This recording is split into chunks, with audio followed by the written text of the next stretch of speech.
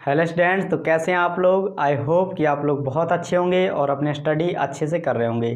तो चलिए आज हम प्रश्नावली 2.1 के क्वेश्चन नंबर 15 को सॉल्व करेंगे। और इससे पहले के जो क्वेश्चन हैं वो हम आपको ऑलरेडी करवा चुके हैं। यदि आपने नहीं देखे हैं तो उनको भी जाकर आप देख लें, ठीक है। तो चलिए इस शानदार क्वेश्चन को शानदार तरीके से करते हैं। क्वेश्चन आपके सामने है, यदि अल्फ़ा बीटा बहुपद f(x) बराबर 6x² + x - 2 के मूल हैं तो अल्फ़ा बटे बीटा प्लस बीटा बटे अल्फ़ा का मान ज्ञात कीजिए। ये सवाल है हमारे सामने, ठीक है। तो इसको सॉल्व करते हैं हम। सबसे पहले हम बहुपद को लिख लेते हैं। f(x) बराबर 6x² + x - 2 ये सवाल है, ठीक है। तो इसकी तुलना करेंगे हम जब द्विघात बहुपद से, तो क्या होगा,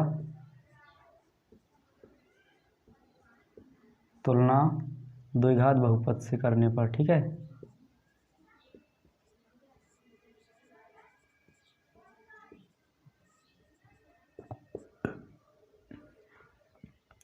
द्विघात बहुपद क्या होता है आपका, ax² + bx + c।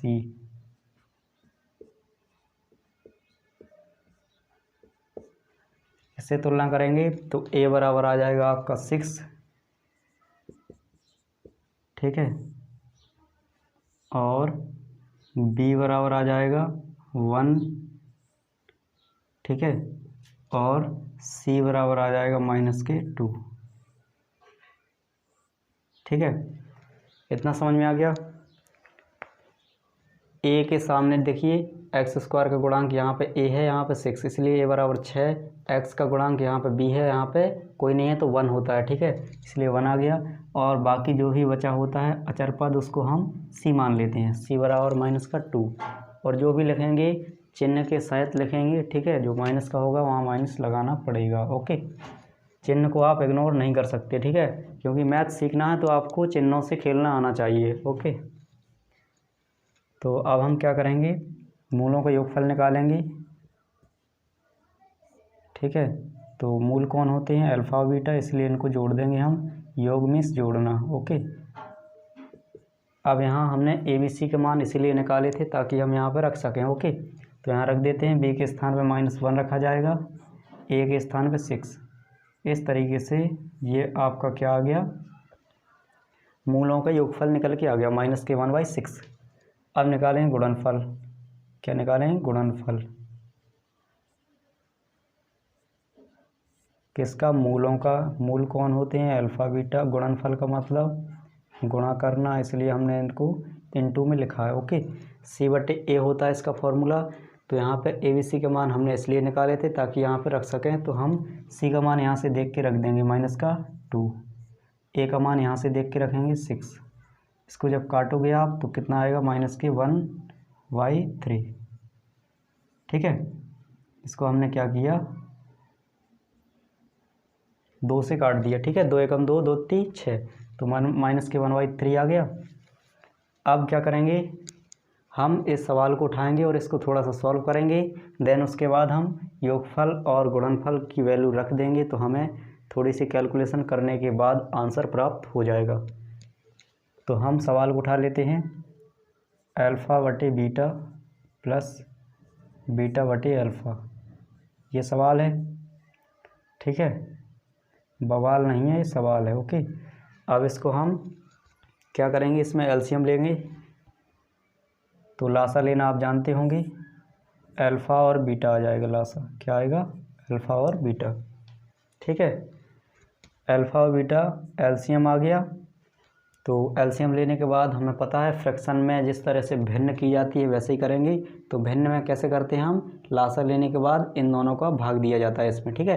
तो हम बीटा का भाग अल्फ़ा बीटा में देंगे, तो कितना आएगा, जब हम अल्फ़ा और बीटा में बीटा का भाग देंगे तो बीटा से बीटा कट जाएगा और बचेगा कौन, अल्फ़ा, ठीक है।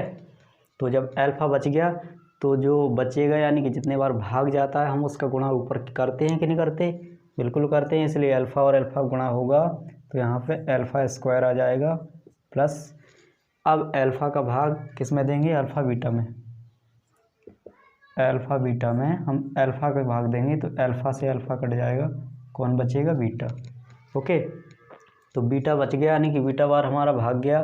तो बीटा का हम क्या करेंगे, ऊपर वाले में गुणा करेंगे, तो बीटा बीटा गुणा बीटा का स्क्वायर हो जाएगा। ठीक है, इतना क्लियर है, कोई डाउट? No doubt. ठीक है, अब यहाँ पे आप देखिए ध्यान से, इसमें हम डायरेक्ट मान नहीं रख सकते। ठीक है, क्यों नहीं रख सकते, क्योंकि हमें अल्फ़ा स्क्वायर और बीटा स्क्वायर का मान अवेलेबल नहीं है। ठीक है, इस वजह से हम इसको कुछ एक्स्ट्रा माइंड लगाएंगे, इसमें थोड़ा सा एक्स्ट्रा दिमाग लगाएंगे। ठीक है, एक्स्ट्रा कैलकुलेशन करेंगे, कुछ जोड़ेंगे, कुछ घटाएंगे या गुणा करेंगे तो हमें आंसर मिल जाएगा। ठीक है, तो हम यहाँ पे क्या करेंगे, alpha square plus beta square में अपने आप से 2 अल्फ़ा बीटा जोड़ देंगे और 2 अल्फ़ा बीटा घटा देंगे। ठीक है, इससे हमारे सवाल पर कोई प्रभाव नहीं पड़ेगा। ठीक है, ना ही पड़ना चाहिए, क्योंकि आप जानते हो यदि हमने आपको 10 रुपये दिए और आपसे फिर वापस ले लिए तो हमें कोई नुकसान हुआ क्या, नहीं हुआ। उसी प्रकार यहाँ पे हमने 2 अल्फ़ा बीटा जोड़ लिया, उतना ही घटा दिया, कोई फ़र्क नहीं पड़ेगा। ओके, अब क्या करेंगे अब हम यहाँ पे इसको ध्यान से देखें, alpha square plus beta square plus 2 alpha beta, यानी कि a square plus b square plus 2ab। A plus b का होल स्क्वायर होता है कि नहीं होता है, बिल्कुल होता है। तो हम लिख सकते हैं अल्फ़ा प्लस बीटा का होल स्क्वायर। ठीक है, इतना समझ में आ गया। और बचा क्या है, माइनस के 2 अल्फ़ा बीटा, इसको भी लिख लेंगे साथ में, 2 अल्फ़ा बीटा, और नीचे क्या है, अल्फ़ा इंटू बीटा। इतना समझ में आ गया। अब इसमें हम क्या करेंगे कि जो हमें अल्फ़ा प्लस बीटा का मान प्राप्त है, जो हम निकाल चुके हैं, फाइंड आउट कर चुके हैं, वो हमने इसीलिए किया था, इसी दिन के लिए किया था, हमें इसी दिन का इंतज़ार था। ठीक है, कि हम इसका मान कहीं ना कहीं यूज़ कर पाएंगे, इसलिए हमने इसको निकाला था। तो हम यहाँ से उठा के यहाँ पे रख सकते हैं। ठीक है, तो रख लेते हैं। तो अल्फ़ा प्लस बीटा का मान कितना है, माइनस के 1/6। ठीक है, तो यहाँ पे रखेंगे, स्क्वायर है तो स्क्वायर भी लगाएंगे, माइनस के 2 इंटू अल्फ़ा इंटू बीटा का मान भी रखेंगे। यहाँ पे अल्फ़ा इंटू बीटा लिखा हुआ है, तो अल्फ़ा और बीटा का मान हम यहाँ निकाल चुके हैं। ठीक है, माइनस के 1/3 यहाँ भी रख देंगे। ठीक है, तो माइनस के 1/3 इस तरीके से। नीचे क्या है, नीचे भी अल्फ़ा इंटू बीटा है, इसका भी मान रखेंगे, माइनस के 1/3। ओके, अब इस सवाल की थोड़ी सी कैलकुलेशन करेंगे हम। ठीक है, यहाँ पे आपकी कैलकुलेशन फास्ट होना चाहिए, जिससे आप सवाल को जल्दी कर सकें। ओके, तो यहाँ पे देखिए स्क्वायर है तो -1 का स्क्वायर 1 ही होता है, आप जानते होंगे। ठीक है, और 6 का स्क्वायर 36 होता है, और माइनस माइनस का गुणा करोगे तो यहाँ प्लस हो जाएगा, और 2 एकम 2/3, ये आपका इस तरीके से आ जाएगा, और नीचे माइनस का 1/3। ओके, अब ऊपर फेक फ्रैक्शन बन रही है। ठीक है, तो ऊपर फ्रैक्शन है तो उसको हम सॉल्व करेंगे एलसीएम लेके। तो यहाँ पे 36 आएगा, यानी 36 एलसीएम आएगा, और 36 का भाग 36 में दोगे एक बार, 1 का गुणा 1 से करोगे 1 ही आएगा, प्लस 3 का भाग जब 36 में दोगे तो 12 बार जाएगा, और 12 का गुणा 2 से करोगे 12 दूनी 24 हो जाएगा। ठीक है, और नीचे क्या है, तो नीचे माइनस का 1/3। इतना समझ में आ गया, चलिए ठीक है।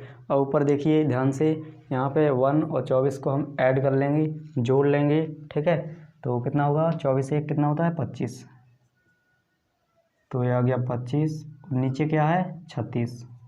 ओके, अब क्या करेंगे, ये देखो भिन्न के बटे भिन्न है। ठीक है, तो हम क्या करेंगे, इसको जब हम गुणा में लिखेंगे, या भी भाग में है तो इसको गुणा में लिखेंगे हम, तो इसको उल्टा कर देंगे। ठीक है, 3 ऊपर जाएगा और 1 नीचे आ जाएगा। ओके, यहाँ से हम 3 से 3 को 36 को डिवाइड कर सकते हैं, 3 1 जा 3, और 3 12 जा 36, कितने बार में 12 12 में डिवाइड हो जाएगा, ठीक है। तो यहाँ से कितना बचा, 25 एकम 25 माइनस के 25/12 कितना बचा, माइनस के 25/12। इस तरीके से ये आपका इस शानदार क्वेश्चन का शानदार आंसर हो जाएगा, ठीक है। उम्मीद करते हैं आपको समझ में आ गया होगा, और यदि इस सवाल में किसी प्रकार की समस्या हो तो आप कमेंट सेक्शन में कमेंट करके पूछ सकते हैं, ठीक है। और इस क्लास को आज हम यहीं पर समाप्त करते हैं, और इसके आगे के जो सवाल हैं वो हम नेक्स्ट क्लास में करेंगे। तब तक के लिए बाय बाय, टाटा।